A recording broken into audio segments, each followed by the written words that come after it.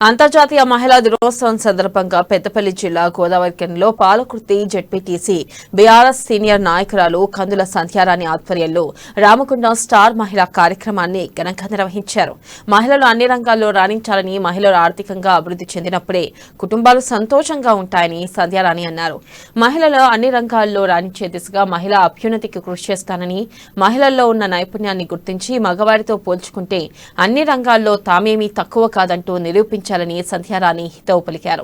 సాంప్రదాయ కట్టుబొట్టుతో పాటు ఆటపాటలు, సాంస్కృతిక కార్యక్రమాలతో పాటు ఫన్నీ గేమ్స్ నిర్వహించారు. ఈ కార్యక్రమంలో మహిళలు పెద్ద ఎత్తున పాల్గొన్నారు.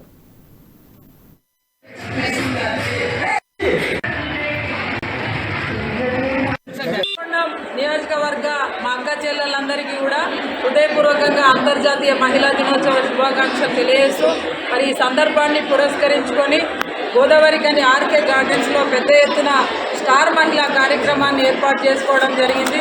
దాదాపుగా 1000 మంది మహిళలు ఈ కార్యక్రమంలో ఉత్సాహంగా పాల్గొనడం నిజంగా కూడా నేను సంతోషకరంగా భావిస్తూ ఉన్నాను.